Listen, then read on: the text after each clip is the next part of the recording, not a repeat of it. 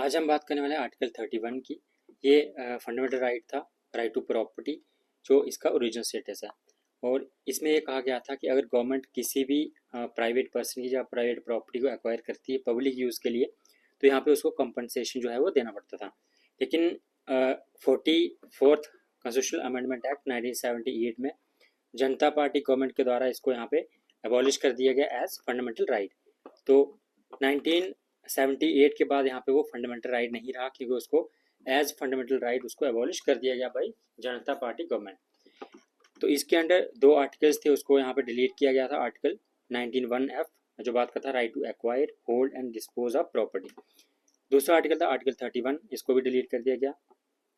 अभी अगर current status की बात करें तो अभी जो आर्टिकल 300A में यहाँ पर राइट टू प्रॉपर्टी आता है, लेकिन यहाँ पे अभी फंडामेंटल राइट नहीं है, ये एक लीगल राइट है, या फिर हम इसको कह सकते हैं कॉन्स्टिट्यूशनल राइट। ये यूपीएससी का PYQ है। पार्ट की बात करें तो कौन से पार्ट में आता है, तो 300A यहाँ पे आता है, राइट टू प्रॉपर्टी आता है पार्ट 12 में। क्या इम्पैक्ट रहा इसका? If the government takes your land now you can not move supreme court under article 32। लेकिन आप अभी भी यहाँ पे अंडर आर्टिकल 226 यहाँ पे हाई कोर्ट्स में अप्रोच कर सकते हो। तो अगर अभी कोई लैंड एक्वायर की जाती है स्टेट के द्वारा, प्राइवेट लैंड को अगर एक्वायर किया जाता है, तो सुप्रीम कोर्ट में अप्रोच नहीं किया जा सकता अंडर आर्टिकल 32, क्योंकि यहाँ पे अभी ये फंडामेंटल राइट नहीं है। लेकिन दूसरा ऑप्शन हमारे पास यहाँ पे 226 के अंदर हाई कोर्ट में अप्रोच किया जा सकता है। उसके बाद 31A, 31B, 31C, ये कुछ एक्सेप्शन हैं। जैसे 31A यहाँ पे बात करता है कोई भी ऐसे लॉज जो एग्रेरियन रिफॉर्म्स के रिलेटेड हो, लैंड रिफॉर्म्स के रिलेटेड हो, तो उनको यहाँ पे चैलेंज नहीं किया जा सकता है कि वो आर्टिकल 14 या फिर 19 को वायलेट कर रहे हैं। तो ऐसे कानून जो एग्रीकल्चर के रिलेटेड हैं, लैंड रिफॉर्म्स के रिलेटेड हैं, जैसे जमींदारी रेवोल्यूशन, तो उनको इस बेस पे चैलेंज नहीं किया सकता है कि वो 14 और 19 जो फंडामेंटल राइट हैं उनको वायलेट कर रहे हैं। आर्टिकल 31B बात करता है ऐसे एक्ट्स या फिर रेगुलेशंस जो 9th शेड्यूल में डाल दिए गए हैं।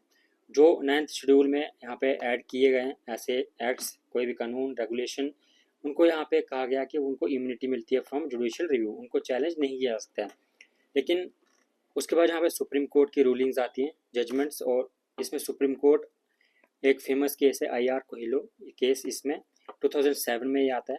IR कोहिलो केस में यहाँ पे सुप्रीम कोर्ट कहता है कि अगर कोई भी ऐसा कानून, चाहे वो 9th शेड्यूल में ही क्यों ना हो, अगर उसको 9th शेड्यूल में भी डाला गया और वो बेसिक स्ट्रक्चर जो है कॉन्स्टिट्यूशन का, अगर उसको वायलेट कर रहा है, तो उसको चैलेंज किया जाएगा अंडर यहाँ पे जुडिशियल रिव्यू की जो पावर है सुप्रीम कोर्ट की।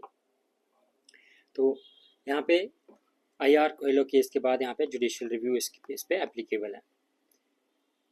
आर्टिकल 31(3) यहाँ पे बात करता है gives precedence to certain DPSPs over fundamental rights, especially laws made to implement 39B, 39C cannot be declared void even if violate Article 14 or 19। यहाँ पे बात की गई है जो DPSPs हैं, और स्पेशली कौन कौन से DPSPs की बात की यहाँ पे 39B और 39C, ये दो ऐसे DPSPs हैं, अगर इनको इम्प्लीमेंट करते हुए अगर आर्टिकल 14 और आर्टिकल 19 अगर वायलेट होता है, तो इनको चैलेंज नहीं किया जा सकता है। तो यहाँ पे जो DPSPs हैं 39B और C, यहाँ पे इनको यहाँ पे चैलेंज नहीं किया जा सकता है on the grounds that they are violating article 14 and 19। उसके बाद इनको हम डिटेल में अगर देखें ABC क्या क्या था इसमें। 31A saving of laws providing for estates. तो if a law provides for, law किसके लिए? Acquisition of estate. एस्टेट का मीनिंग हम देखते हैं, management of property, amalgamation of corporations, modification of rights of officials of corporations, termination of lease. It shall not be deemed as void on the grounds that it is inconsistent with rights conferred under Article 14 and 19। तो ये सारे यहाँ पे इनके related अगर laws लाए जाते हैं, तो इनको यहाँ पे चैलेंज नहीं किया जा सकता है कि वो आर्टिकल 14 और 19 को वायलेट कर रहे हैं। तो फर्स्ट प्रोविजन हमने देखा एस्टेट, इसका मीनिंग क्या है? एस्टेट में यहाँ पे आता है including jagir, inam, muafi, janmam rights, ryotwari, agriculture, waste, forest pastures, building site etcetera. तो ये सारी चीज़ें आती हैं एस्टेट्स में। उसके बाद 31B की बात करें अगर, तो इसमें एक्ट्स और ऐसे रेगुलेशंस आते हैं जो अगर 9th शेड्यूल में डाल दिए जाएँ तो उनको यहाँ पे चैलेंज नहीं किया जा सकता है कि वो आर्टिकल 14 और 19 को वायलेट कर रहे हैं। लेकिन उसके बाद हमने देखा जो सुप्रीम कोर्ट की जो जजमेंट आती है IR कोयला केस 2007 में, तो इसमें कहा गया कि अगर बेसिक स्ट्रक्चर अगर वायलेट हो रहा है तो यहाँ पे जुडिशियल रिव्यू इस पर एप्लीकेबल होगा, यानी इसको यहाँ पे कंप्लीट इम्यूनिटी नहीं मिली है अगर कोई भी लॉ 9th शेड्यूल में भी डाल दिया जाता है। 31C की अगर बात करें, any law giving effect to policy towards principle specified in 39B and C। तो 39B और C जो DPSPs हैं उनको अगर इम्प्लीमेंट करना हो तो यहाँ पे उनको चैलेंज नहीं किया जा सकता, उनको इम्प्लीमेंट करते हैं कि वो इनकन्सिस्टेंट है या फिर वायलेट कर रहे हैं आर्टिकल 14 और 19 को। 42nd कॉन्स्टिट्यूशनल अमेंडमेंट एक्ट, इसमें कहा जाता है all or any of the principles of part 4 held invalid by supreme court in Minerva mills case 1980। तो 42nd कॉन्स्टिट्यूशनल अमेंडमेंट एक्ट में क्या कहा गया कि यहाँ तो सिर्फ बात हो रही थी 31C जो ओरिजिनल आर्टिकल था, इसमें बात हो रही थी सिर्फ आर्टिकल 39B और C की।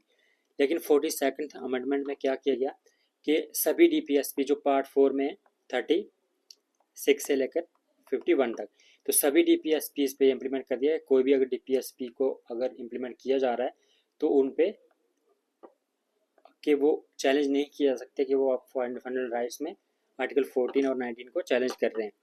लेकिन इसको बाद में नल एंड वॉइड कर दिया गया सुप्रीम कोर्ट के द्वारा कौन से केस में, मिनर्वा मिल्स केस 1980 में।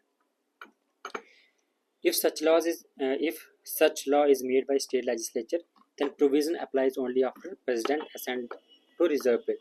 अगर स्टेट लेजिस्लेचर में ऐसे कानून बनाए जा रहे हैं तो ये प्रोविजन जो अप्लाई होगा आफ्टर जो गवर्नर जो हैं वो रिजर्व करते हैं बिल प्रेसिडेंट के लिए और प्रेसिडेंट यहाँ पे अगर वो असेंट दे देते हैं।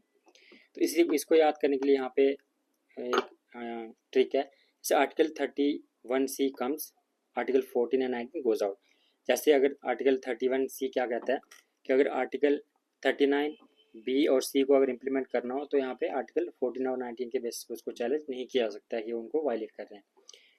तो यही आर्टिकल जो है डिबेट यहाँ पे स्टार्ट होती है फंडामेंटल राइट्स और DPSPs के बीच में।